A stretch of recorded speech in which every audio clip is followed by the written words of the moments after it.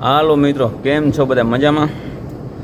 મજામાં તો બધા ઈશો જ, પણ અત્યારે તમને બધાને ખબર છે કે અમુક વ્યક્તિના જે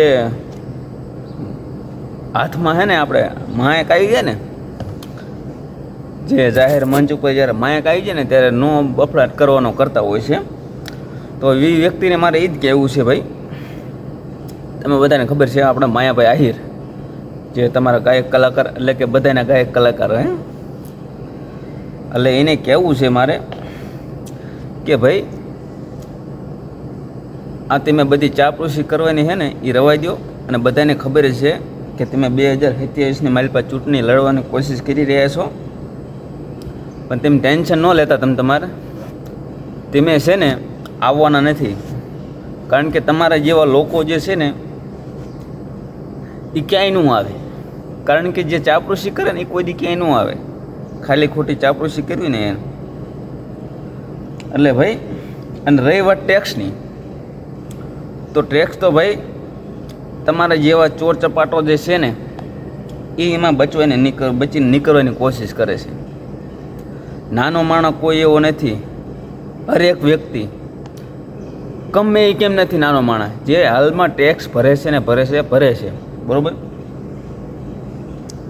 જે તમારા જેવો ઓનલાઈન એમ એકચ્યુઅલી જ્યાં પેમેન્ટ કરવાનું થાય ને તો તમારા જેવો એવું કહે છે કે ઓનલાઈનનું રવા દીજો ને, કંઈક રોકડાનું થાય એવું કરે શું કે ત્યાં કણ આપણે તમારે બધાને ટેક્સની તકલીફ પડે, ટેક્સ છે બરાબર ને. એટલે ટેક્સમાંથી તો બચીને ભાગો છો બધા તમે, અને નામ તમે એવું દો હો કૂપનના ઘઉં ખાનારા, રેશન કાર્ડના ઘઉં ખાનારા, નામ અમે ના દો કે ટેક્સ નથી ભરતા, આમ ટેક્સ. એકચ્યુઅલી હવે તમે બધા શું કરો છો? અને જે પણ લોકો આ વિડીયો જોતા હોય ને, જે કૂપનનું ખાતા હોય ને, એ લોકો હે ને ખાસ કે આવા લોકોને હે ને કોઈ દિવસ છે ને ક્યાંય પ્રોગ્રામ ન આપવું જોઈએ, ક્યાંય કોઈ જગ્યાએ પ્રોગ્રામ ન આપવો જોઈએ. આવા લોકોને ખાસ ધ્યાન રાખ્યું. અને આવા લોકોના પ્રોગ્રામમાં બેહવાનું નહીં. એમના પ્રોગ્રામમાં બેહવાવાળા હોય તો કોણ હોય ખબર છે? એ જે કૂપનનું ખાનારા જે ઈવડાઈ હોય ને એ જ પૈસા ને એવું બધું ઉડાડતા હોય ભાઈ. બાકી તમારા રૂપિયાવાળા છે ને એ કોઈ અહીંયા કોઈ નથી ડોકાતું. ઘડીક બેન નીકળી જાય, પાછો તમારું જ્યાં લગી પ્રોગ્રામ હાલે ને ત્યાં સુધી જે ત્યાં લગી બેહવે ત્યાં જ લગીને તમારા પૈસા ઉડાડતા હોય ને, 100 રૂપિયા 200 રૂપિયા એ અમાય છે ભાઈ નાના માણસો. કારણ કે નાના માણસોને એવું ન હોય પૈસાનું, એમને શું હોય મોજ કરવાની હોય ઘડીક. પણ તમે જે રૂપિયાવાળા થઈને એક ટેક્સમાંથી ને ભાગો છો તો એ તો બહુ સારું ન જ કહેવાય ને. એટલે મહેરબાની કરી તમે અને કીર્તિભાઈ જે હોય માફી માગતો વિડીયો છે એ સોશિયલ મીડિયામાં તમે રમતો મેકી દીજો. કારણ કે હવે ન કે તમારો પાપનો કડો ભરાતો જાય છે. અને હવે જો આ બધા નાના માણસો જો મંડાણા ને તો ક્યાંય પ્રોગ્રામ તો ઠીક છે, પણ ક્યાંય ઓળખાણ એવી લાયક નહીં રહેવા દે, ઓળખાણ જેવાય બરાબર. એટલે ખાસ તમે હે ને મહેરબાની કરી એક માફીનો વિડીયો હે ને રમતો મેકી દીજો વહેતો. ટેક્સ ચોરોની વાત છે હો ભાઈ. આ જાહેર મંચ ઉપર જે બબડાટ કરે છે ને એની વાત છે. અને માફી તો તમારે શું, પણ તમારા પરદાદાને પણ માફી માગવી જ જોઈશે. કારણ કે તમે જે નથી બોલવાનું બોલી નાખ્યું ને એ એક બહુ ખોટું થયું છે.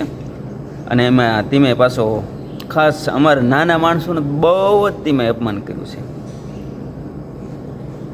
એટલે કહું છું એક વિડીયો રમતો મેકી દીજો બરાબર.